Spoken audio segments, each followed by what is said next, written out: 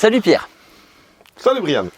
Est-ce que tu as notion que l'ensemble des vidéos qu'on a réalisées l'année dernière, elles avoisinent les 500 à 600 000 vues?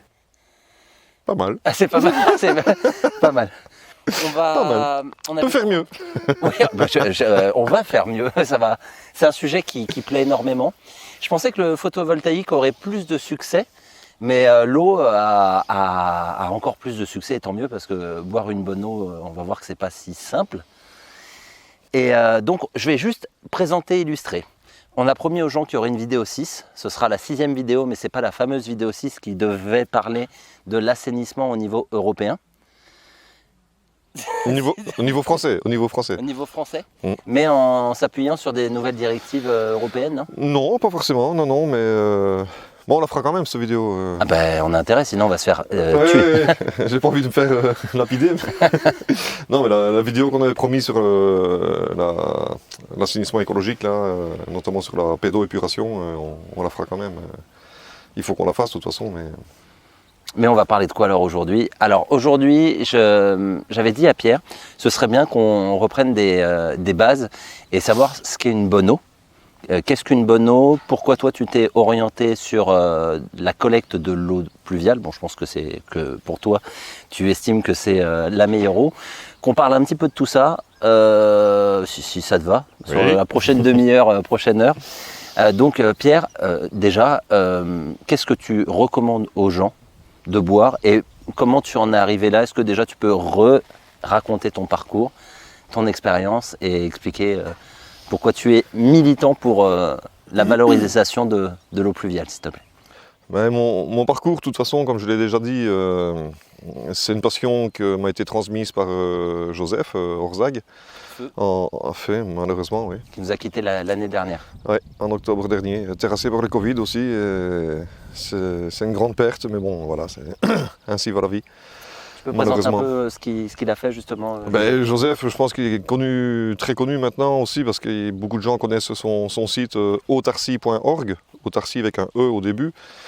Et c'est un très grand monsieur, un très grand scientifique qui a passé sa vie sur ce vaste domaine global de la gestion écologique de l'eau dans l'habitat.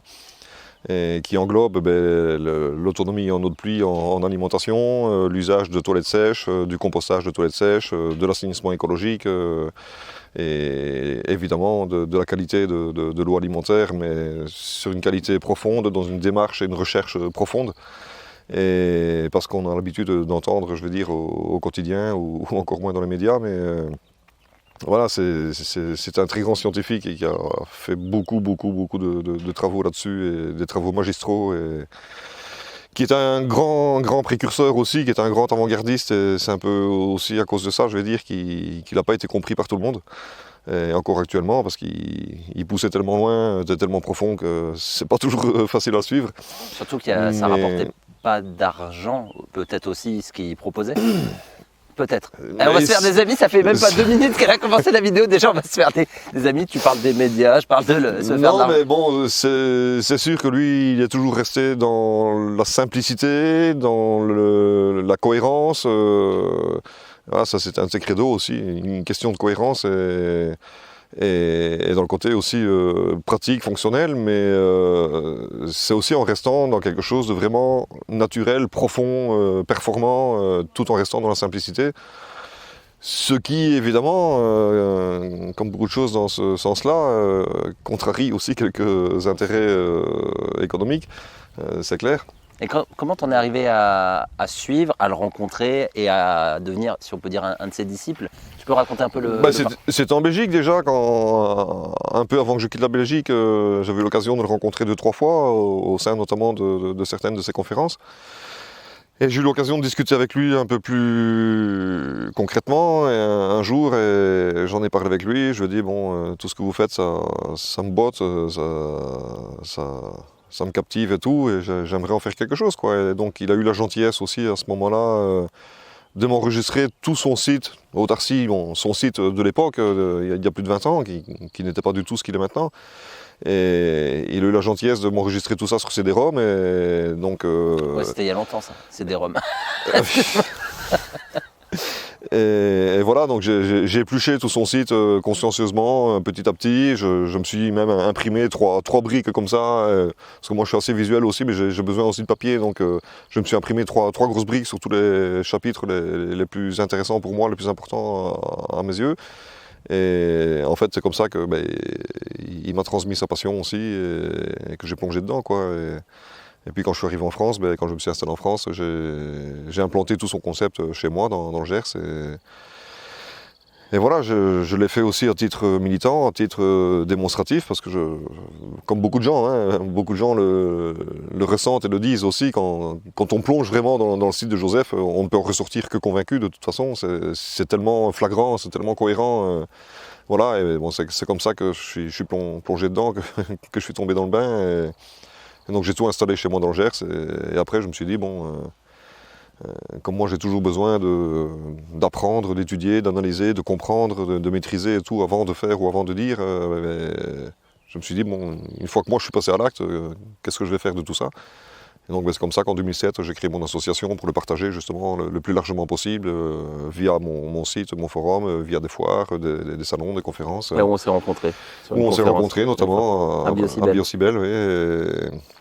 Et puis voilà, c'est comme ça que c'est parti. Et puis un peu par la force des choses, en 2009, je suis passé professionnel sur ce concept. Et son concept à lui, parce que tout ce que je fais, en fait, ce n'est que la base de son concept à lui, que j'ai un peu amélioré, je vais dire, techniquement et conceptuellement. Parce que Joseph, c'était un très grand scientifique, mais expert dans plusieurs domaines. Mais bon, c'était pas forcément un technicien. Donc moi qui suis vraiment technicien, j'ai un petit peu amélioré certains petits points sur un plan conceptuel ou matériel ou technique. Tu faisais quoi avant de faire ça?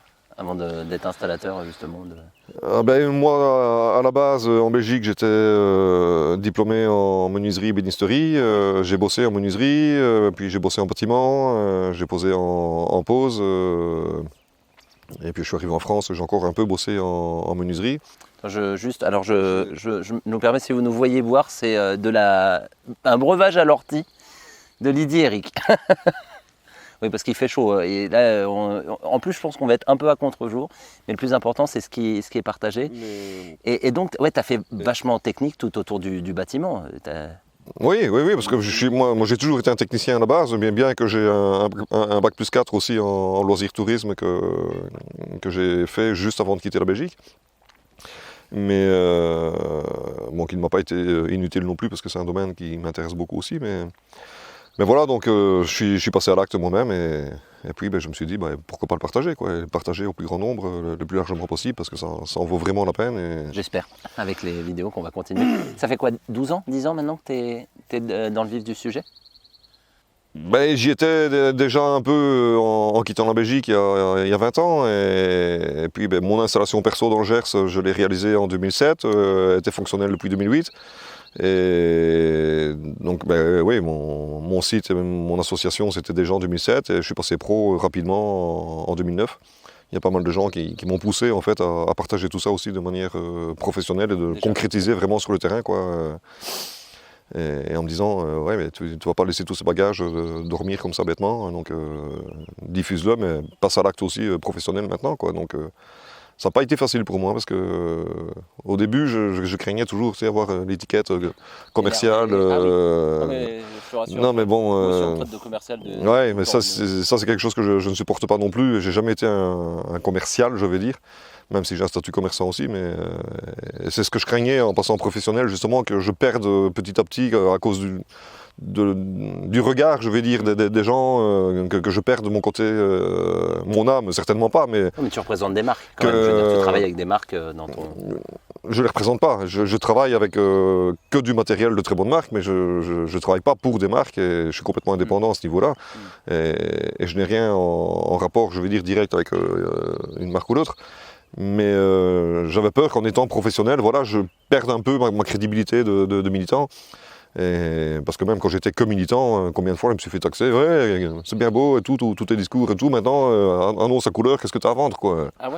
Putain, mais j'ai rien à vendre, quoi. Sûrement les gens qui avaient quelque chose à vendre qui te demandaient de poser les Non, mais c'est parce que justement, quand tu arrives avec un discours posé, construit, argumenté, concret et tout, Mais tu as toujours des détracteurs, des critiqueurs en face, évidemment, qui eux... Complotistes. Mais maintenant, oui, c'est le grand mot à la mode aussi. Ben voilà, le peu que tu vas contrarier une position officielle et tout, directement, tu es taxé de complotiste, quoi. Et à l'époque, ben voilà, avec les discours que je tenais, parce que j'étais actif pas mal sur pas mal de gros forums, où ben, j'essayais aussi d'aider les gens voilà, à comprendre aussi qu'est-ce qu'une bonne eau, qu'est-ce que représente l'eau de pluie, comment se faire une bonne installation d'eau de pluie et tout. Ben, voilà, j'avais quand même un discours assez bien argumenté, bien construit, et ça perturbait pas mal de personnes. Et c'est pour ça qu'il y en a qui me disaient, ouais, bon, ils voyaient quand même que je connaissais un brin et tout, donc ils se disaient, bah, s'il connaît un brin, oui, c'est un pro, c'est un commercial, après son discours, il va venir nous balancer sa cam à vendre et tout. Mais non. T'as pas de cravate pour un VRP? Je te charrie. Bon, on rentre dans le vif du sujet. Jamais porté de cravate.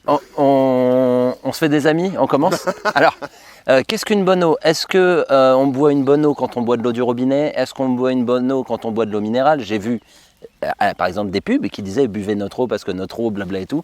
Est-ce que tu peux soit déconstruire, soit affirmer, infirmer et nous dire pour toi pourquoi tu t'es orienté vers l'eau pluviale? Donc déjà, parle-nous des eaux conventionnelles et pourquoi elles sont bonnes ou pas bonnes.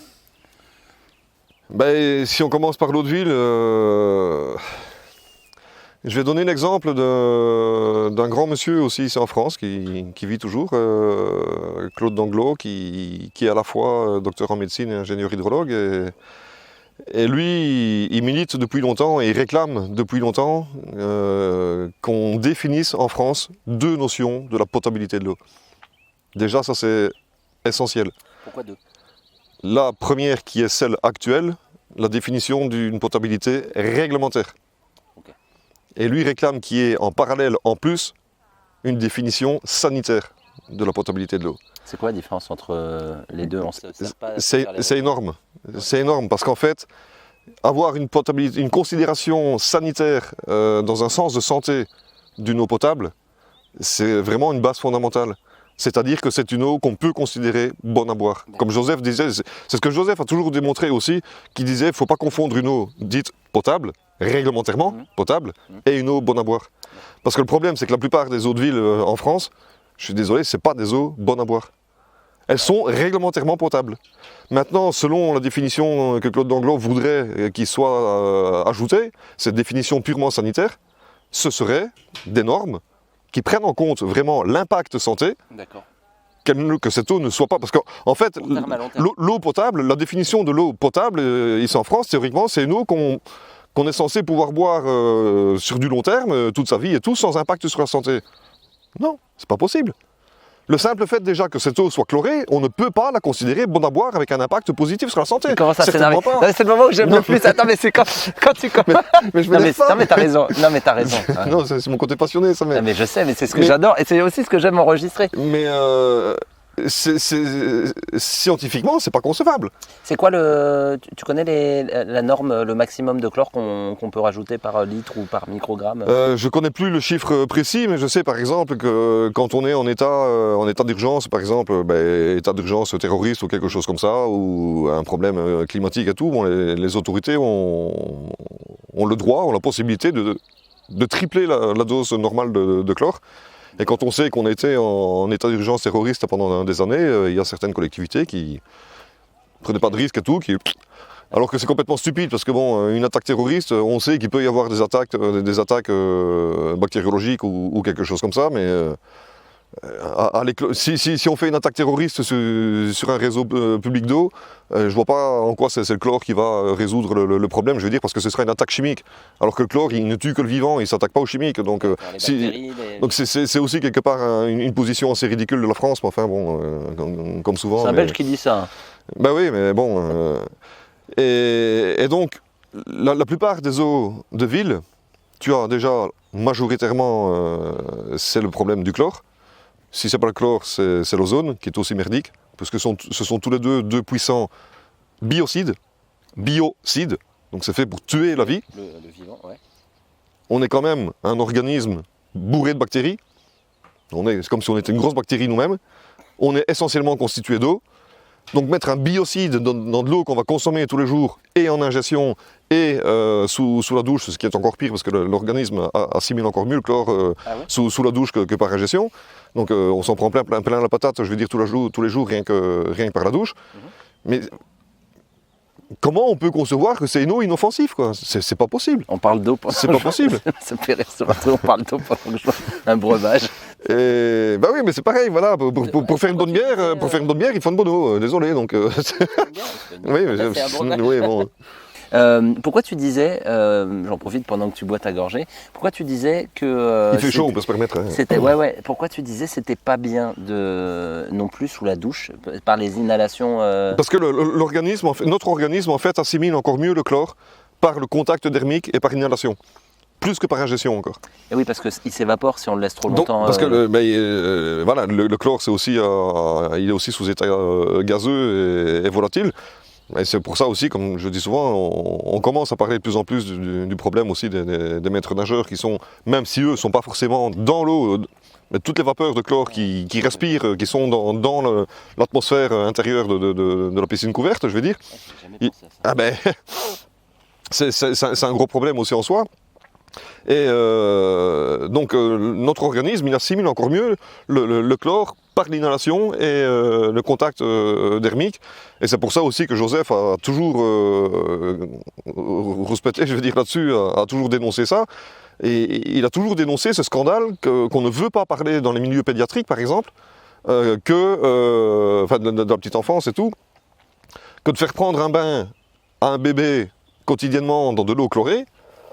C'est affreux, parce que le bébé, sa peau n'est pas encore mature, c'est pas encore vraiment une protection et tout, et lui dans son bain d'eau chaude et tout, vaporeuse, avec le chlore dedans, mais ce pauvre bébé, on lui attaque son système immunitaire dès son plus jeune âge. Bon, je sais que maintenant c'est aussi un des grands objectifs, malheureusement, on va encore dire que je suis complotiste aussi, mais je suis désolé, c'est quand même une réalité. J'en ai rien à foutre du complotisme, mais moi je me base plus sur des réalités qu'autre chose. Mais voilà, c'est aussi, on a une bonne démonstration maintenant avec toute la crise sanitaire qu'on passe. C'est ce qu'on cherche aussi, c'est à détruire notre système immunitaire et qu'on devienne vraiment immunodépendant, je vais dire. Tu sais que je vais me faire des amis là, encore plus sur ce que tu dis. On s'en fout. Chacun pense ce qu'il veut, en fait, je respecte, mais bon, moi j'ai mes pensées, j'ai mes positions aussi. Mais, Alors c'est pas que je veux pas aborder le sujet, mais je leur dis devant la caméra, c'est juste que j'ai tellement un service après-vente quand on aborde ce sujet, tellement les gens sont très énervés là-dessus, on va attendre que ça se calme un peu, si tu veux, on en reparle dans 2 ans quand les gens seront peut-être un peu plus posés. Non, je veux pas contourner, c'est juste que j'ai pas le temps de gérer après les gens, ouais t'es ceci, t'es cela. C'est pas le sujet, mais bon, il faut arriver à un moment où on accepte de regarder vraiment les réalités en face telles qu'elles sont. Et voilà, mais la potabilité de l'eau, c'est pas concevable. Le chlore, beaucoup de régions en France, t'as le calcaire en plus, qui est déjà une grosse plaie à lui tout seul, t'as le problème des nitrates, t'as le problème des métaux lourds, t'as le problème des pesticides, des herbicides et compagnie, t'as le gros problème aussi des résidus médicamenteux. Aussi. Mais punaise, mais ça commence à faire beaucoup, quoi. Oui. Et tout ça, même un par un, individuellement et tout, c'est déjà un problème en soi.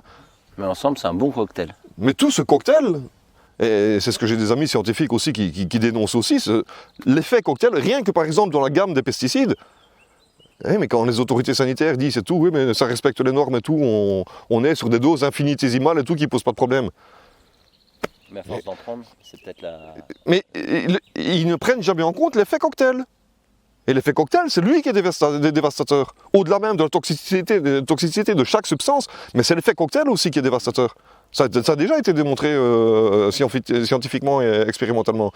Et ça, bon, circuler, il n'y a rien à voir, quoi. Parce que quelque part, ils ne savent pas trop comment gérer la situation autrement, parce que la situation est de plus en plus grave, je veux dire, de plus en plus sérieuse. Ils ne savent pas trop comment gérer et tout, ni techniquement, ni conceptuellement. Donc, on minimise la chose, quoi. Mais non, mais la réalité, elle est bien là. Et donc, tu me demandais aussi pourquoi passer sur l'eau de pluie.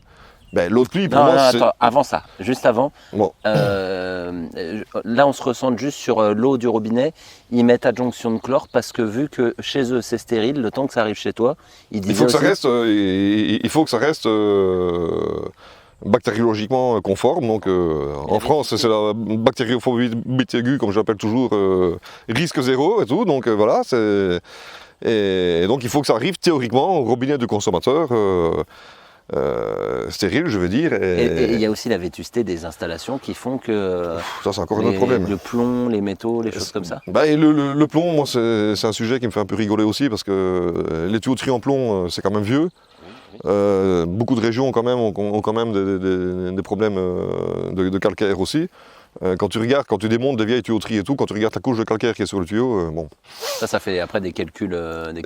Oui, mais bon, le contact avec le plomb, il y a longtemps qu'il n'y a plus, quoi. Ah oui. Donc, bon, Okay. Que ce soit par le biofilm ou par le calcaire lui-même, enfin bon, il y a tout un business aussi derrière. Attends, on a déjà 30 000 et demi. Là. Donc ça, on a parlé. L'eau du robinet. Quand il y a des pubs, mais bon, c'est très bien que les pubs sont là pour faire vendre, ils disaient notre eau est bonne parce qu'elle est pleine de minéraux. Il paraît que c'est une bêtise aussi. Est-ce que on peut essayer simplement de parler des minéraux biodisponibles, les termes hétérotrophes, autotrophes? Est-ce que tu peux expliquer pourquoi aussi l'eau minérale n'est pas si magnifique que nous ont vendu les personnes qui faisaient de mais super ça aussi, c'est des grosses publicités mensongères aussi. Et comme je dis souvent, si ces publicités passent encore à la télévision, ça veut dire que c'est aussi sous couvert, je vais dire, de la discrétion, de la non-action, je vais dire, du ministère de la Santé qui s'en tape parce que ça encore favorise, un ennemi de plus, vas-y. ça favorise aussi un gros business derrière. Et bon, on sait maintenant que le business est toujours plus important que la santé publique.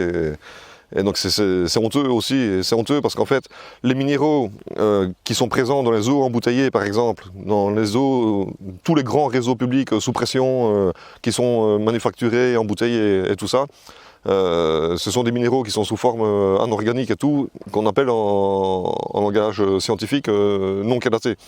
Et la chélation elle est très importante parce que c'est la chélation qui permet à notre organisme qui est hétérotrophe de pouvoir assimiler ces minéraux. Et par exemple, tout ce qui est animaux, végétaux et tout, ce sont des organismes autotrophes qui, eux, sont capables de transformer justement et d'opérer cette chélation, je veux dire, pour pouvoir rendre ces minéraux, pour notre organisme hétérotrophe à nous, directement assimilables. Et ce qui n'est pas le cas dans les minéraux sous leur forme, qui sont dans les eaux embouteillées, manufacturées, ou dans les grands réseaux publics sous pression et tout. C'est pas le cas. Donc en fait, quand j'entends dire aussi les autorités sanitaires, allez-y et tout, mais il n'y a pas de problème, le calcaire, c'est très bien, on a besoin de minéraux, donc allez-y, buvez de l'eau calcaire, ça vous fait votre apport en minéral. Mais vaste fumisterie, quoi. Fumisterie complète. Et non, on va surcharger le travail de l'organisme, notamment évidemment le travail des reins. Tout ce que les reins, par l'urine et tout, ne vont pas pouvoir éliminer, ou par la transpiration et tout, mais tout ce qui ne sera pas éliminé vraiment par l'organisme, mais ça va aller se colmater prioritairement sur les articulations et poser tous les problèmes aussi. Bon, Louis-Claude Vincent, qui est le fondateur de la bioélectronique Vincent, avait largement bien démontré ça aussi au début de ses études, que justement, on voyait les corrélations entre les régions, par exemple, où il y avait des eaux assez calcaires ou très calcaires et tout, et des problèmes aussi d'ostéoporose ou quoi que ce soit. Il avait fait ces corrélations aussi. Et en fait, voilà, c'est pas des minéraux qui sont sous une forme assimilable par l'organisme, et donc en fait on ne fait que encrasser, surcharger le travail de notre organisme et encrasser notre organisme inutilement. Et si vraiment on a besoin d'un apport minéral, voilà. On mange des légumes, des fruits, donc des végétaux. Évidemment qu'on a besoin de minéraux, qu'on a besoin d'oligo-éléments pour notre santé, pour notre organisme, mais ce besoin minéral, c'est pas du tout dans l'eau qu'il faut aller chercher.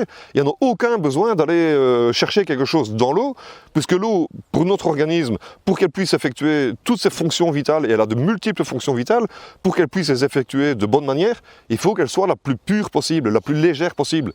Ah oui, mais pas pur, parce que bon. Justement, pas de l'eau déminéralisée non plus. Alors je sais qu'il y a des gens qui se sont fait attaquer parce qu'ils disaient c'est super de consommer de l'eau, tu sais, par les distillateurs, mais c'est pas bon parce qu'il y a des problèmes de pression osmotique ou quelque chose comme ça. Oui, mais l'eau distillée c'est pas bon, l'eau déminéralisée c'est pas bon. Il faut avoir un minimum de minéralité. Alors là, c'est là où je m'appuie. Alors qu'est-ce qu'une bonne eau ? Et donc, mais voilà, dans un sens de santé, la meilleure eau alimentaire de consommation quotidienne, ça doit être une eau qui soit très faiblement minéralisée, mais pas pour autant déminéralisée. Et donc, une eau très faiblement minéralisée, la plupart des scientifiques estiment que ça devrait être une eau qui soit avec une minéralité de entre 20 et 200 mg par litre, pas plus. Si vous prenez par exemple de la Vichy Saint-Yor ou Vichy Célestin, boum, là on grimpe à 4002, à 4004. Ah oui, Mais d'accord. c'est une folie, le quoi. rapport est énorme. Pourtant, il disait notre eau est riche en. Je me Ça, rappelle par exemple, ce sont des eaux que s'il y avait justement cette notion de potabilité sanitaire, ce sont des eaux qui seraient retirées du marché. Beaucoup trop minérales. Et la plupart des eaux de ville de France ne seraient plus considérées potables. Sur un plan santé. Pas sur un plan que réglementaire. Parce qu'un plan réglementaire, ça respecte les normes, point barre. Et quand on entend dire et tout, oui, mais les normes de potabilité, c'est fait dans un sens de santé publique, ah bon? Si tu prends que le problème des nitrates, il y a toute une époque, c'était 10 mg maximum. Puis après, c'est passé à 25 mg maximum. Et maintenant? Maintenant, on a 50 mg maximum. Comme il y a de plus en plus de collectivités qui n'arrivent plus à tenir les 50, qui sont obligées de fonctionner avec des dilutions de différentes eaux, de différents puisages et tout, on ne serait pas étonné qu'un jour ça passe à 75. Tu penses que ça va, cette évolution-là, de 10 à 25 à 50 et peut-être plus, tu penses que ça va vraiment dans un sens de santé publique? Ah, tu poses la question à moi? Oui. Non, je ne pense pas. Tu voulais une réponse bateau, mais. Ah non, Oui, mais voilà. mais bien sûr. C'est C'est un simple et bon exemple. Donc non, ils font ce qu'ils peuvent, avec les moyens qu'ils ont, avec les techniques qu'ils ont. C'est difficile de faire mieux ou de faire autrement. Enfin si, il y a peut-être moyen de faire mieux, mais voilà, ils font avec leurs moyens, donc je ne leur jette pas la pierre pour ça, mais qu'on ne vienne pas dire que c'est une eau bonne à boire, et qui n'est pas, qui est inoffensive pour la santé publique, c'est pas vrai. Donc, ça, je suis désolé, c'est pas vrai, c'est un gros mensonge. Alors moi, on m'a quand même dit, Brian, tu as souvent parlé de la valorisation de l'eau pluviale, notamment par nos vidéos. L'eau qui tombe, qui tombe du ciel, elle est quand même chargée de certains polluants. Est-ce que c'est filtrable, ce genre de... Ah ben évidemment, évidemment. Bah, si c'est filtrable avec les eaux terrestres, c'est encore beaucoup plus facile avec l'eau de pluie. Parce que tu prends par exemple simplement le problème des résidus médicamenteux qu'on retrouve maintenant beaucoup dans les eaux publiques. Ah, je te raconte pas le cocktail qu'il y a là-dedans aussi, quoi. Ah oui, mais ça, des doses infinitésimales et tout, ça représente pas de danger. C'est pas vrai. Là aussi, pareil que les pesticides. Quand on prend l'effet cocktail et toutes ces saloperies, pourquoi maintenant on retrouve beaucoup de problèmes de batraciens, de poissons et tout qui sont asexués ou bisexués ou quoi que ce soit dans nos rivières? Pourquoi on parle maintenant de plus en plus de problèmes d'infertilité masculine chez l'homme? Pourquoi maintenant on a une puberté de plus en plus précoce chez les jeunes adolescentes? C'est même plus des adolescentes, c'est encore des gamines qui sont de plus en plus précoces, là, je vais dire. Voilà, c'est tout ce problème des perturbateurs endocriniens, des résidus médicamentaires, des problèmes hormonaux qu'on retrouve dans le cycle de l'eau. Parce que c'est ça aussi le gros problème, c'est que le grand cycle de l'eau qu'on connaît ici chez nous en France et dans d'autres pays, c'est que les stations d'épuration au niveau résidus médicamentaires par exemple, que dalle. Okay. Au niveau pesticides, pas grand-chose. Mais ça ressort où les rejets des stations? Systématiquement, ça ressort en rivière. En rivière, qui vont aller dans d'autres rivières, qui vont revenir dans les fleuves. Mais quand on sait aussi qu'il y a beaucoup de collectivités derrière, sur le cycle géographique après de ces rivières, qu'il y a beaucoup de collectivités aussi qui vont puiser dans ces rivières ou dans ces fleuves pour produire de l'eau potable, hop, ça revient dans le circuit. Et on reconsomme une deuxième fois. Et je connais un scientifique qui disait aussi dans ses conférences, vous avez un problème du diabète et tout, vous embêtez pas avec les médicaments, vous avez tout dans l'eau de ville. Vous avez un problème et tout, vous inquiétez pas, vous avez tout ce qu'il faut d'autre. Mais non, mais c'est une réalité. Quiconque veut démentir ça, j'aimerais bien qu'il m'en apporte la preuve et la démonstration. Mais à côté de ça, l'eau pluviale, elle vient de l'atmosphère. Oui, il y a une pollution atmosphérique. Certes, on ne peut pas le nier non plus. On retrouve des nitrates dans l'atmosphère, on retrouve des pesticides dans l'atmosphère. Donc automatiquement, l'eau de pluie, quand elle tombe et qu'elle traverse cette atmosphère, oui, elle peut se charger en nitrates, elle peut se charger en pesticides. Les résidus, bon, parce que le gros avantage de l'eau de pluie, c'est que c'est une phase d'évaporation, de condensation et tout, de retombée après sur Terre. Elle fait tout un cycle aussi. Mais ce cycle aussi, justement, d'évaporation, de condensation, permet qu'elle se décharge beaucoup, justement, de beaucoup de substances. Donc à la base, on devrait considérer en fait la pluie comme la base du grand cycle de l'eau. Que ce soit l'origine, je vais dire, du cycle, de tous les états de l'eau sur Terre. Il n'y a pas de minéraux là quand elle s'évapore. Elle n'est pas complètement déminéralisée non plus. C'est pas une eau déminéralisée non plus ou une eau distillée, parce qu'on retrouve différentes substances il y a une petite charge minérale, Genre. mais Les plus connus, il y a quoi qui... je ne vais pas rentrer dans tous les détails de chaque substance, mais il y a une légère charge minérale, il y a une légère charge aussi de nitrate, parce que je l'ai vérifié aussi sur toutes mes analyses. Sur mon eau de pluie brute que j'avais dans mon stockage, toutes les analyses que j'avais opérées chez moi dans le Gers, en fait... Avant filtration, quand tu dis brut. Oui, c'est vraiment l'eau de pluie telle qu'elle est, mais dans le stockage béton, donc l'eau brute avant filtration, avant traitement. En nitrate, sur toutes les analyses que j'avais faites, je fluctuais entre 2 et 7 mg. Donc il y a une présence de nitrate dans l'atmosphère et dans l'eau de pluie, certes. Mais 2 et 7 mg, Par à 50. c'est minime. Oui, oui. Et on est sur de l'eau brute. Mm.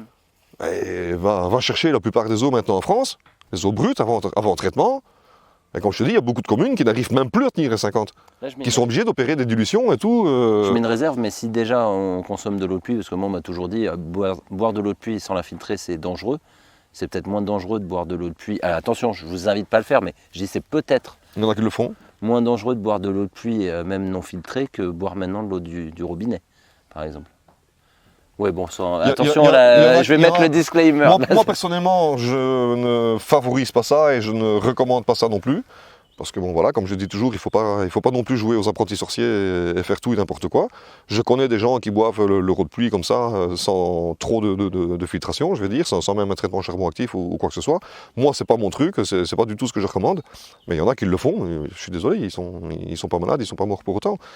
Maintenant, voilà, quand on me dit, vous vous rendez compte, avec votre eau de pluie et tout, vous faites de l'eau potable avec, est-ce que vous intoxiquez les gens Vous intoxiquez avec quoi? Sur de l'eau brute, entre 2 et 7 mg de nitrate, déjà les nitrates, quand on a un fort taux de nitrate, il faut faire attention parce que là ça veut dire qu'un fort taux de nitrate aussi, c'est quand même un bon indicateur pour aussi prévenir qu'il y a beaucoup d'autres saloperies aussi qui suivent derrière. En pesticides, ouais. on avait analysé entre 40 et 45 substances de pesticides. J'en ai retrouvé 2 qui étaient détectables au labo, sur un labo officiel, spécialisé sur l'eau et tout. Qui étaient, je ne parle même pas de dépassement de normes. 2 substances pesticides qui étaient détectables. Ce qui est ridicule par rapport à ce qu'on peut retrouver. Sur 40 ou 45, excuse-moi, mais par contre, quand on me dit ça, mais vous vous rendez compte, vous risquez d'intoxiquer les gens. Mais qu'est-ce qu'on fait avec l'eau publique? On intoxique les gens à petit feu quotidiennement, jour après jour. Avec tout ce cocktail de chlore, de calcaire, de résidus médicamenteux, de pesticides, de nitrates, de nitrites, de machin et tout et compagnie. Oh, il faut remettre un petit peu le curseur là où ils sont, quoi. J'adore bien. Non, mais... Je vais continuer donc l'étape. Donc on a collecté l'eau. Tu avais déjà, mais je mettrai les liens des vidéos précédentes qu'on a déjà réalisées, qui ont eu un fort succès, je leur dis, parce que c'est vrai que t'as été demandé, hein, souvent quand je dis quel genre de vidéo, on veut voir Pierre, on veut voir Pierre. Une fois qu'on a collecté... Merci pour la demande. Au moins ça montre votre intérêt. Et tant mieux, merci beaucoup. C'est rassurant. Parce que c'est ce que je déplore beaucoup, c'est que beaucoup de gens en France ne prennent pas conscience de ce qu'est l'eau, de ce que représente l'eau dans nos usages quotidiens, de ce que représente l'eau pour notre santé. C'est un élément fondamental et fondateur, j'ai envie de dire aussi, de notre santé, parce qu'on est constitué essentiellement d'eau. Vous savez, je vais le répéter encore une fois, mais on parle souvent que l'organisme humain est composé entre 60 et 80% d'eau selon l'âge. Oui, mais ça c'est notre masse corporelle. Le cerveau c'est 90%. D'accord. Nos cellules elles-mêmes, toutes nos cellules, c'est 94% d'eau. Donc l'eau, on est au-delà des 60 là, hein, c'est 94% d'eau. Donc nos cellules qui sont notre construction de vie, je vais dire, et tout, c'est dans une extraordinaire majorité de l'eau. Donc il faut se rendre compte de ça. C'est bien notre cerveau c'est 90% d'eau. Donc si on boit de l'eau qui est un petit peu... Donc qui est un peu prenez conscience de ce que représente l'eau pour votre santé, dans votre organisme et dans votre quotidien. Et pareil sous la douche, il n'y a pas que l'eau alimentaire, quoi. Pareil sous la douche et dans le bain. C'est important. Et pour ceux qui ne peuvent pas, parce qu'évidemment tout le monde ne peut pas fonctionner sur une autonomie eau de pluie, mais pour ceux qui ne peuvent pas, au moins, non évidemment, mais ceux qui ne peuvent pas parce qu'ils n'ont pas le terrain, ou ils n'ont pas la place, ou ils n'ont pas le budget, ou peu importe, ou ils n'ont pas le potentiel. Filtrer mais déjà au moins, si vous restez sur l'eau de ville, qui évidemment va rester le moins cher, mais au moins filtrez au minimum votre eau, quoi, et au minimum avec du charbon actif. D'accord. Voilà, Au minimum, le charbon actif qui lui va quand même agir assez bien, surtout ces éléments polluants, chimiques et compagnie, peu sur le nitrate, mais vont retenir quand même bon nombre de pesticides, de résidus médicamenteux, mais au moins préservez-vous de tout ça avec un minimum de filtration. Avec un vrai filtre aussi, je dis. Bon, alors, qu'est-ce qu'un mauvais filtre? On Non, va pas se faire d'avis. Est-ce qu'une marque commençant par Brie est finie? Non, on va pas rentrer là-dedans, on va pas rentrer ni dans de la pub, ni dans du dénigrement, mais voilà, mais bon, faites un bon choix aussi de ce côté-là, il y a toute une panoplie maintenant de filtration. C'est bien, genre chandelle, charbon actif, sans citer de marque, est-ce que ça c'est bien? Oui, que ce soit avec les bougies céramiques, enfin, pour de l'eau naturelle, bougies céramiques c'est très bien et tout. Pour de l'eau de ville, qui est quand même plus contaminée, je vais dire, plus complexe, je vais dire, sur tout ce qui est chimique et tout. Moi, je préfère cartouche charbon actif comprimé, même si les bougies céramiques fonctionnent très bien aussi avec le charbon, mais il y a moins de charbon, je veux dire. Mais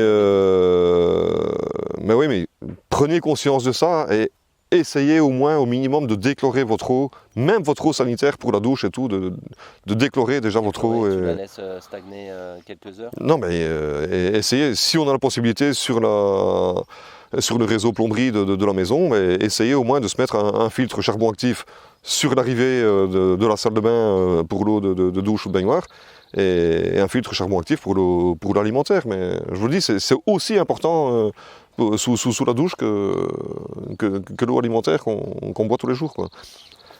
Juste, donc tu as collecté l'eau. Maintenant, quand tu veux la filtrer, donc c'est parce que c'est un peu ce qu'on est en train de dire. Donc, quelle épaisseur de filtration, le maillage en micron, je crois on parle, tu conseilles, et pourquoi? À partir de combien, par exemple, on retient les sables? À partir de combien les résidus boueux et tout, le chlore? À partir de combien il ne passe plus? Tu peux nous parler un petit peu des maillages et de ce que ça filtre? Il faut faire attention aussi qu'il ne faut pas confondre filtration et traitement. Si on prend par exemple, on va prendre une installation d'eau de pluie, d'une autonomie eau de pluie, on commence déjà par une pré-filtration avant stockage. Donc ça c'est pour retirer toutes les grosses saloperies qui peuvent traîner sur la toiture et tout et compagnie. Et pour conserver ces eaux de filtre plus longtemps, parce que ça a un certain prix déjà, plus tu pré-filtres. Le but c'est déjà d'avoir un bon stockage, donc la priorité c'est le stockage béton enterré, qui a la capacité justement de neutraliser le pH de l'eau. En cuve ronde. Et si possible en cuve cylindrique, c'est encore mieux. Donc cette préfiltration avant stockage est déjà très importante pour garder une eau propre et claire dans le stockage, pour pouvoir garantir au moins une conservation de cette qualité d'eau, de l'eau propre, je veux dire, dans le stockage sur du long terme, et qu'elle se dégrade pas. Qu'il n'y ait pas de soleil. Évidemment, bon, c'est enterré, donc en étant enterré, ça reste à une température du sol généralement entre 11 et 15 degrés selon les saisons, donc ça reste à une température plus ou moins fraîche, permanente, il n'y a pas de variation, pas de fluctuation, donc c'est ça aussi l'importance du stockage enterré.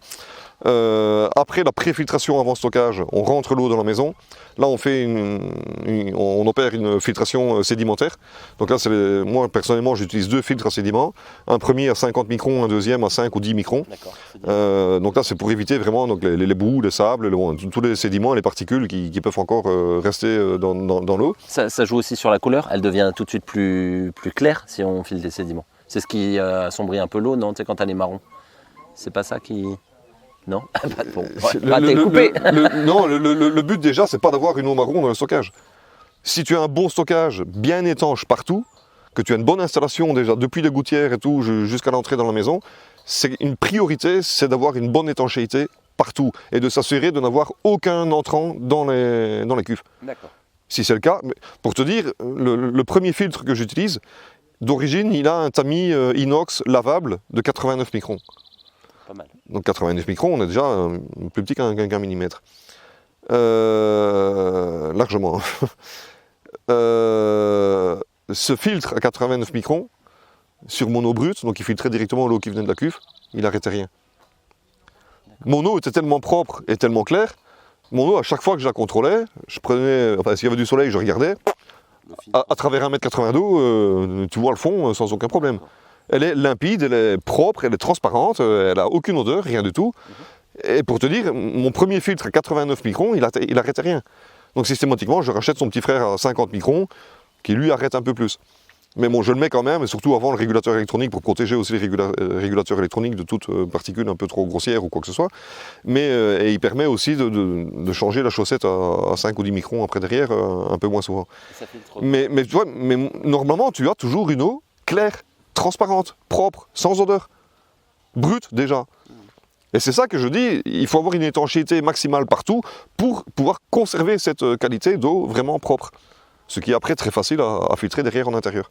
Et donc après ça, je passe sur, après la filtration primaire, donc assainissement, je passe sur le traitement charbon actif. Lui, c'est déjà à la fois, enfin non, pardon, là on est sur du charbon actif granulé. Donc là, on n'est pas sur de la filtration, on est sur du traitement. Le charbon actif, il est très intéressant parce qu'il fonctionne sous deux formes. Il fonctionne par absorption, avec un B, et par adsorption, avec un D. L'absorption, si tu prends une éponge par exemple, parce que là aussi c'est la grosse différence entre du charbon actif, c'est du charbon actif. Il est actif, c'est pas du charbon de bois, donc faites attention aussi, on ne se bricole pas des filtres à eau, en tout cas dans un usage domestique. Les survivalistes, s'ils veulent, il n'y a pas de problème en pleine nature, ok, ils font ce qu'ils veulent, mais dans un cadre domestique, on ne joue pas aux apprentis sorciers non plus à se bricoler soi-même son charbon. Ce n'est pas possible. Si on parle de charbon actif, c'est parce qu'il est activé en usine à très haute température et très haute pression. C'est quoi, l'ordre de quoi? Juste que les gens aient une idée. Pour voir que... Je vais plus te donner les chiffres, mais si j'ai bon souvenir, ça passe à 1000 degrés, je crois. Ouais, donc déjà on ne peut pas l'obtenir mais bon, si facilement. à très haute pression et très haute température aussi en même temps et tout, tu ne peux pas faire ça chez toi, quoi. Donc oui, c'est aussi pour ça, je le répète, oui, parce qu'il y a des gens qui vont dire, ouais, mais vous n'êtes pas autonome parce que vous dépendez encore aussi des réseaux industriels et tout. Oui, on dépend des industriels parce que ça, c'est quelque chose qu'on n'est pas capable, par exemple, de faire. Le charbon actif, c'est une base essentielle de tout traitement. Que ce soit le traitement de l'eau, des fluides, de gaz, de l'air et tout, mais c'est une base fondamentale, le charbon actif, dans tous les types de traitements. Et surtout pour l'air et le gaz, encore plus que pour l'eau. Et on ne peut pas se bricoler du bon charbon actif efficace, performant à ce niveau-là. Et là, on joue quand même aussi avec une potabilisation, avec de l'eau alimentaire derrière. Donc on ne peut pas jouer aux apprentis sorciers. Donc le charbon actif, c'est quelque chose d'industriel qu'on ne peut pas reproduire soi-même et tout.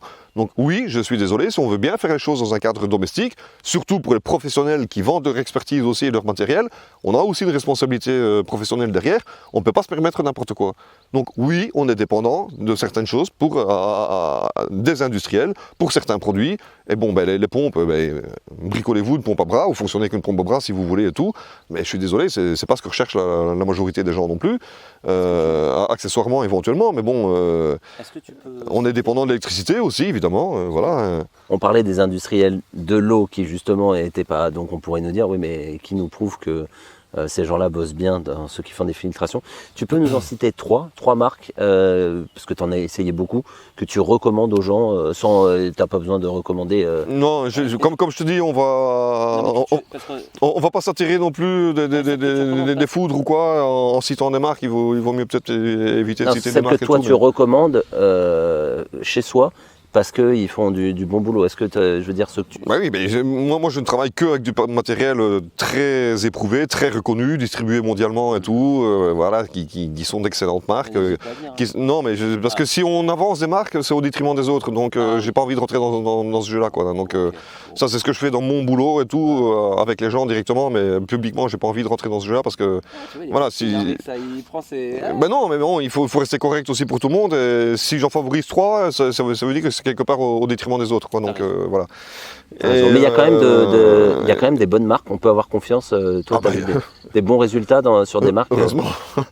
Heureusement, si c'était pas le cas, je crois que j'aurais arrêté, parce que c'est sûr qu'on trouve aussi du matériel de merde, hein, il faut pas avoir peur de le dire. On peut les citer. Non, je rigole, les gars, c'est pire, c'est pire.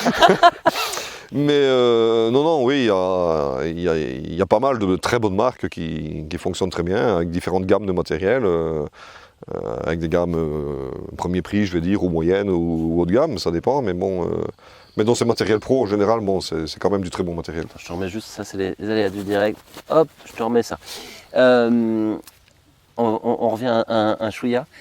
Est-ce que tu peux nous expliquer pourquoi on stérilise l'eau alors qu'on parlait de biocide? Pour moi, c'est pareil, c'est tuer la vie quand on stérilise avec une lampe UV. J'ai oublié de dire aussi, par exemple, par rapport au chlore, que non seulement c'est un puissant biocide, mais c'est aussi un puissant oxydant. D'accord. Là aussi, c'est un gros problème de santé publique. Parce que beaucoup de maladies de dégénérescence et tout actuelles sont aussi, entre autres, aussi fondées sur le stress, le stress oxydatif. Donc le problème de l'oxydation aussi, c'est aussi un problème à lui tout seul. Et le chlore et l'ozone sont tous les deux de puissants oxydants. Ça aussi, Joseph, qui est un expert aussi en bioélectronique Vincent, l'a largement démontré, et ça pose un gros problème de santé aussi. Mais bon, qu'on ne veut pas parler en France, évidemment, parce que c'est quelque chose qui est complètement dénigré, complètement hors champ, je veux dire, et hors considération. Mais hélas. je pense qu'on peut en parler, que cette vidéo, j'espère, ne sera pas bloquée. C'est quand même bien qu'on puisse alerter, je ne sais pas si on peut dire ça, à dire qu'il existe une bonne eau. On m'a quand même dit qu'il fallait changer d'eau, pas toujours prendre la même. Est-ce que c'est encore un mythe ou... Non, ça n'est que mieux. D'accord, donc Ça n'est que mieux. d'aller chez une personne qui filtre, qui collecte de l'eau pluviale. Moi, je pensais que de toute façon, on n'a jamais la même eau qui tombe quand il pleut. Puisque ça vient de, pour ma part, j'ai des vents qui amènent de l'eau d'un peu vent d'OTAN, on a la tramontane, on a, tu vois, des choses qui... Oui, mais bon, l'eau de pluie, même si elle peut être un peu variable, et une fois qu'elle est stockée, bon, elle est quand même assez standard. Maintenant, c'est ce qu'on dit aussi, par exemple, les gens qui boivent beaucoup, malheureusement, des eaux en bouteille, embouteillées, changer de marque de temps en temps et changer de minéralisation. C'est quoi l'eau en bouteille si vraiment il n'y avait pas le choix? Je crois, alors je vais peut-être parler d'eux parce qu'ils sont du Tarn. Il paraît que la Montroucou est pas si mauvaise que ça niveau à boire. Je dis pas si mauvaise. Moi, j'ai toujours considéré que c'était la numéro 1. D'accord. Donc c'est pas une... parce que vu que je suis du Tarn, je dis c'est encore un truc, tu sais, on est un peu chauvin. On dit on est du Tarn, donc on dit que c'est une des... Là, je vais me permettre de parler d'eux parce qu'ils ont quand même un avantage aussi et une qualité. C'est que non seulement c'est l'eau la moins minéralisée de toutes les eaux en bouteille. Avant, le résidu sec, si je me souviens bien, était à 19 avant, maintenant il est passé à 25. Mais c'est ridicule, quoi. Donc c'est très faiblement minéralisé, donc c'est une excellente eau au niveau de la minéralité. Mais il n'y a pas que ça, parce que Montroucou, c'est une des très rares, des très seules marques qui se donne la peine de donner aussi la conductivité de l'eau, la conductivité électrique et le RH2. Ça, c'est exceptionnel.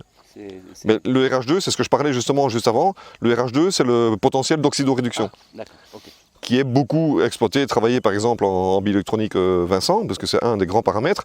Et justement, le bioélectronigramme de Vincent fonctionne sur le croisement du pH et du RH2. Donc pH acide base et RH2 oxydoréduction. Et mais sur l'étiquette, tu regardes une étiquette de Montroucous, normalement, enfin en tout cas je suppose que c'est encore le cas. On n'a pas d'action chez eux. Non, aucune. Mais ils ont quand même ce mérite. Ils poussent quand même leur descriptif de trucs jusqu'à la conductivité électrique de l'eau et le RH2. Et le pH évidemment et tout, mais ça c'est exceptionnel. C'est extrêmement rare. Et je me demande même d'ailleurs si ce n'est pas les seuls qui indiquent cette notion de RH2. Parce que justement le RH2, bon, c'est connu, mais on ne veut pas le reconnaître en termes de valeur, de qualité, quoi. Et de valeur de prise en compte aussi. Et voilà, bah oui, parce qu'on ne veut pas reconnaître officiellement la bioélectronique Vincent, et je le comprends, parce que ça foutrait beaucoup de choses en branle et tout. Donc, mais au moment où tu me le dis, parce qu'il y a quelqu'un derrière qui, au moment où tu dis ça, non mais au moment où il le dit, c'est impressionnant. Non mais voilà, ça remettrait beaucoup de choses en question et en branle et tout, et notamment dans le cadre médical. Et par exemple, sur base de ce bioélectronigramme de Vincent, où on croise le pH et le RH2, si tu prends par exemple une eau chlorée,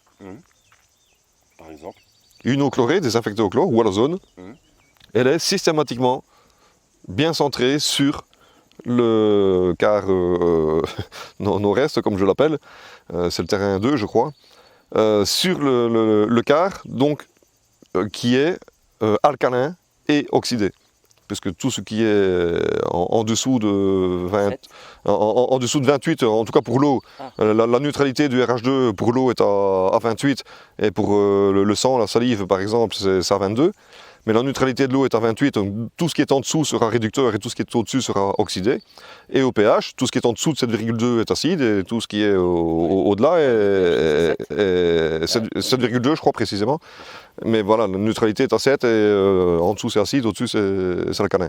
Mais l'eau de ville par exemple chlorée se trouve en terrain alcalin oxydé. Okay. Sauf que quand tu fais le parallèle avec toutes les maladies de dégénérescence, les cancers, tous les cancers, les leucémies, les thromboses et tout. Exactement dans le même carré. Ouais, bon après attention, on a médicalement et tout. Ça ne veut pas dire que. Allez faire vos recherches, on n'est pas. Oui, non, mais il faut approfondir parce que je ne vous demande pas de croire tout ce que je raconte non plus comme ça de but en blanc. Continuez à faire vos recherches aussi vous-même et vous faire votre propre opinion vous-même, il n'y a pas de problème. Est-ce que tu peux citer, juste pour. Là je rebondis là-dessus, 3 noms, pas de marque, mais de gens qui font des recherches, des docteurs, mais vraiment des gens qui ont fait des études, des vrais savants, ou des scientifiques. Est-ce que tu as quand même des personnes qu'il faudrait suivre? Bon, avant c'était Joseph, qu'on peut quand même continuer à suivre sur autarcie.org. Mais est-ce qu'il y a des gens vivants encore qui expliquent ce genre de choses et qui sont des personnes à suivre? Oui, mais pareil, pour peut-être leur éviter quelques déboires et quelques ennuis supplémentaires, on va peut-être éviter de les nommer.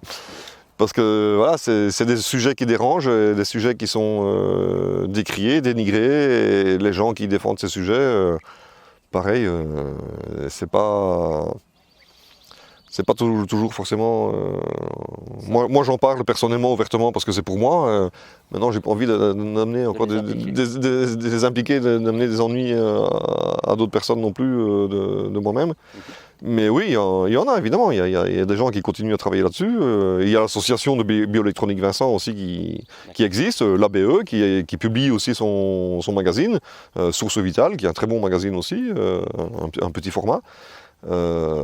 Si vous allez voir sur internet, ABE, donc Association de bioélectronique, vous aurez aussi des informations sur leur site et via leur magazine Source Vitale là. Mais oui, mais voilà, mais Joseph a toujours dit, pour définir une réelle bonne qualité d'une eau, pour analyser une réelle qualité d'une eau, on ne peut pas passer outre du facteur RH2. Pour lui, c'est indissociable. Et il y a encore aussi le facteur W qui rentre en compte. Le facteur W, c'est le facteur de dissipation d'énergie. Jamais personne ne parle de ça. Pour Joseph, c'est absolument fondamental. Tu as le pH, tu as le RH2, tu as le facteur W. Tu pourrais simplement expliquer, par exemple je ne vais pas l'expliquer à sa place parce que là, ce sont des considérations profondément scientifiques. Mais lui, dans son sens scientifique et dans ce qu'il développait, il dit, pour moi, le paramètre RH2, c'est indissociable du pH pour définir une bonne qualité d'eau, et pas que de l'eau d'ailleurs, même un aliment aussi ou autre. Et pour l'eau, le facteur W, ainsi que la conductivité électrique aussi, sont importants. Parce que le côté dissipation d'énergie aussi, donc ce facteur W, est important aussi, par exemple, au côté aussi profitable, je veux dire, au niveau de l'énergie de l'eau, profitable ou pas pour l'organisme. Et il dit, c'est comme ça que sa définition à lui, d'une bonne eau, c'est l'eau biocompatible. Et dans ces qualifications d'eau biocompatible, tu as l'analyse du pH, du RH2, du facteur W, de la conductivité, de tous ces paramètres, mais au complet, de manière indissociable. Et ça, c'est ce qu'il a toujours démontré, et il dit, c'est un peu une hérésie, je vais dire, de se passer de tout ça, pour vraiment, si on veut vraiment définir une bonne qualité d'eau. Donc vous voyez, c'est beaucoup plus complexe qu'on peut l'imaginer. C'est pas juste la notion, c'est juste la notion potabilité réglementaire qu'on a toujours devant les yeux. Non, ça va bien au-delà de ça. Mais c'est peut-être. Et c'est possible de se créer soi-même une qualité d'eau biocompatible. Voilà. Et c'est pour ça de l'eau de pluie correctement filtrée, c'est une eau biocompatible. Et c'est pour ça que ça a cette place, et c'est pour ça qu'on en parle beaucoup sur l'archipel, c'est qu'on parle d'autonomie. Ce n'est pas mal et ça ne va pas aller contre votre santé de collecter l'eau pluviale, de bien la filtrer et de la consommer. On prend ça en mot de la fin ou tu veux rajouter Ah si, tu voulais dire quelque chose, on lance un appel. Tu as dit que tu voulais qu'on en profite peut-être par rapport à... Tu sais que tu cherchais quelque chose pour les assurances et tout, est-ce que tu veux qu'on en parle ? pour... je sais pas comment tu voudrais le tourner, mais est-ce que tu veux qu'on en parle pour... ou sinon je le mettrai pas, c'est un Si... Il y a peut-être deux choses à ce niveau-là. en 2 minutes.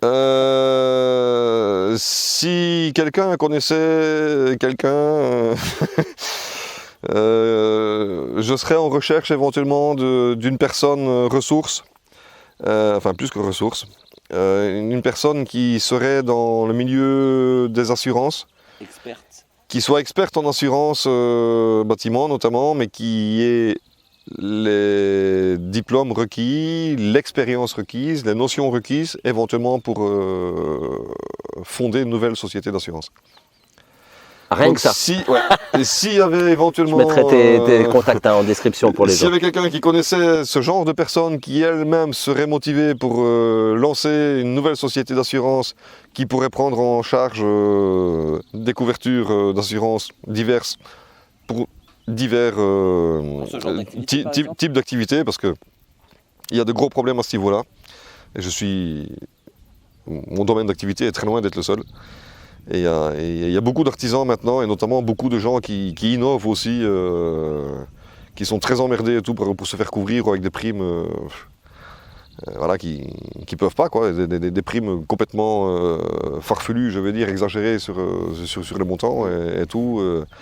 Ça devient de pire en pire en France. Pareil sur les panneaux photovoltaïques, Ouais, les installations comme ça. les normes ont encore changé, donc maintenant il y a des gens qui se sont fait sucrer, des professionnels qui se sont fait sucrer leur assurance aussi et tout, parce que les normes ont changé, donc ça correspondait plus au contrat. Donc voilà, au lieu de réadapter le contrat, on dégage, quoi. Enfin, voilà, les gens ne s'en rendent pas compte, mais c'est un problème très complexe en France que beaucoup de professionnels de différents corps de métier, je veux dire, rencontrent et tout. Et là on en a marre, donc tant qu'à parler d'autonomie, pourquoi pas être autonome aussi en assurance, quoi.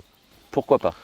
Et deuxième chose, c'est que là c'est un appel, un message aussi que je lance. Je suis sur le projet aussi, probablement avec l'aide de Brian et d'un autre ami, collaborateur sur l'énergétique.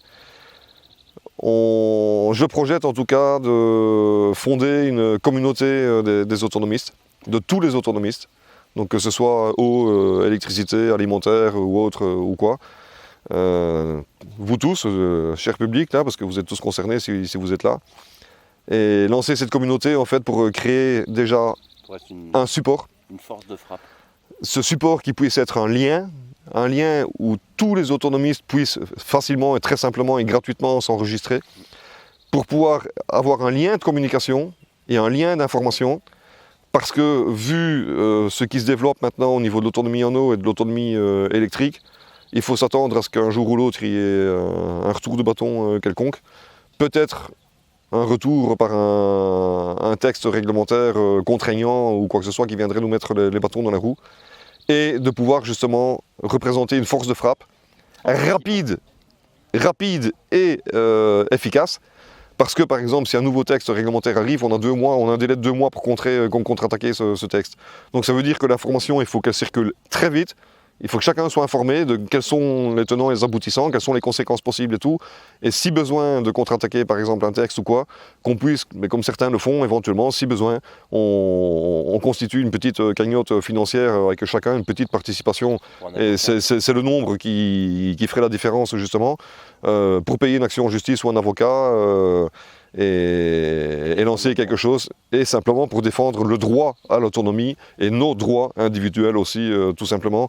Je pense que c'est nécessaire, que ça devient nécessaire, et qu'on puisse justement créer cette communauté, qui puisse communiquer entre elles, qu'on puisse informer très rapidement par un canal de communication très rapide et très facile, et que si besoin, on puisse aussi réagir très rapidement et concrètement.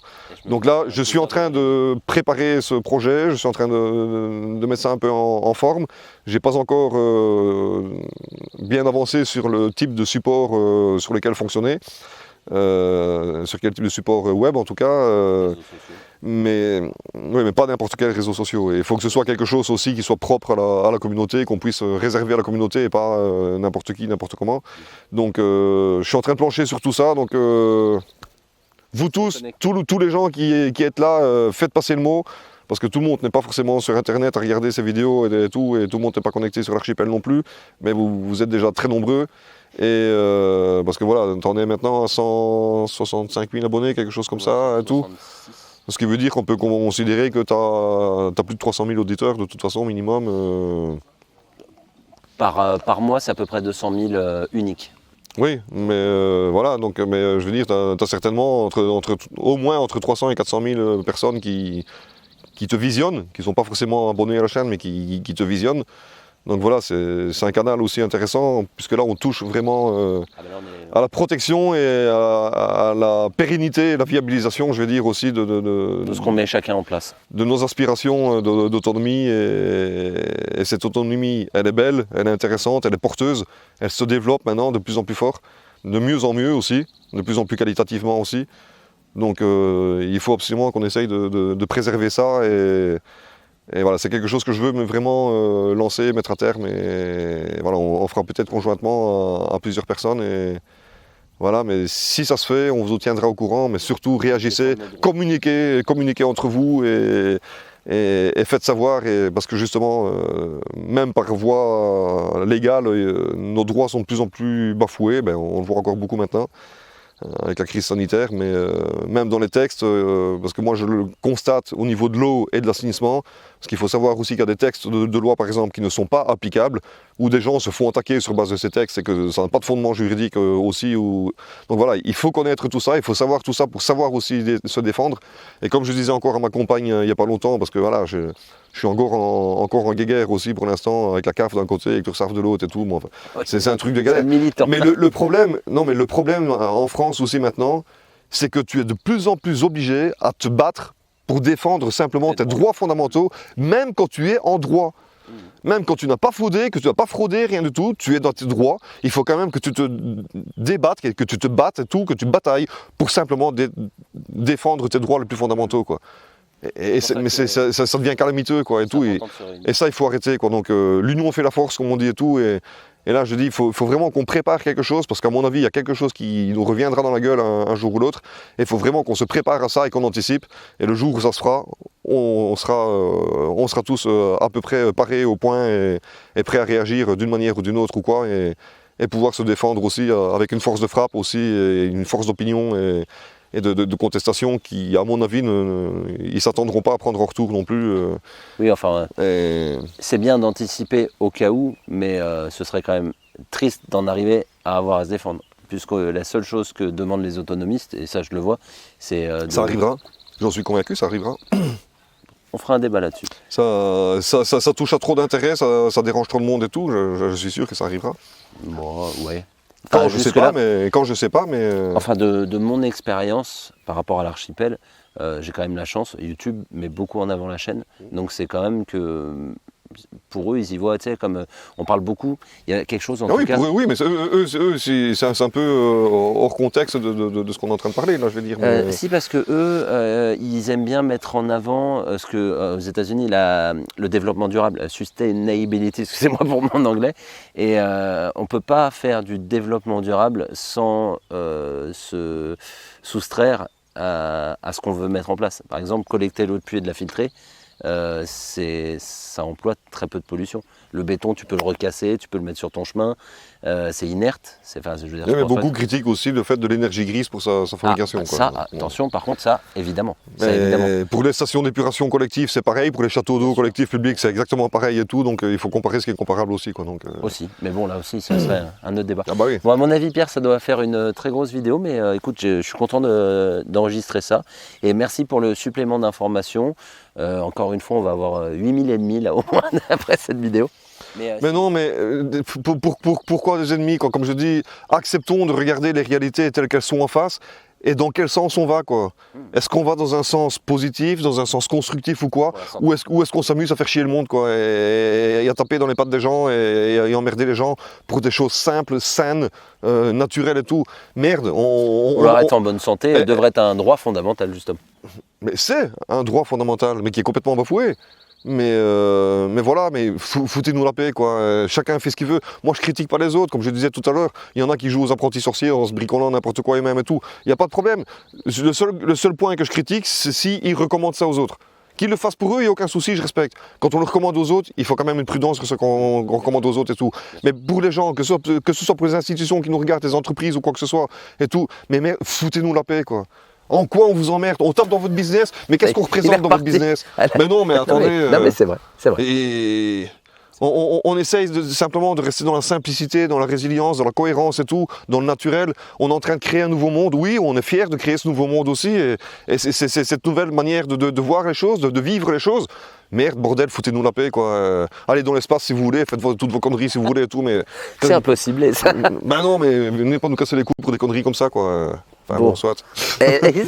Bon, tu sais quoi, je te propose, voilà, on va aller se boire un... Ça m'a donné soif de parler de l'eau. On va aller se boire un breuvage. Et ouais. Je salue tout le monde et j'espère que cette vidéo... Je suis belge aussi, donc excusez-moi. Bon, il est excusé, alors. J'ai pas perdu mes bonnes habitudes belges non plus. Mais... Merci, c'est vrai que ça fera une longue vidéo en plan fixe, mais en tout cas, merci beaucoup Pierre. Merci à toi et merci surtout à vous tous qui nous suivez et qui êtes toujours là avec soif de découvrir et d'apprendre et tout. Oui, pardon. Oui, on parle d'eau, donc voilà. Bon appétit, bonne santé à tout le monde et surtout gardez la santé, gardez le moral et gardez la pêche. Ciao.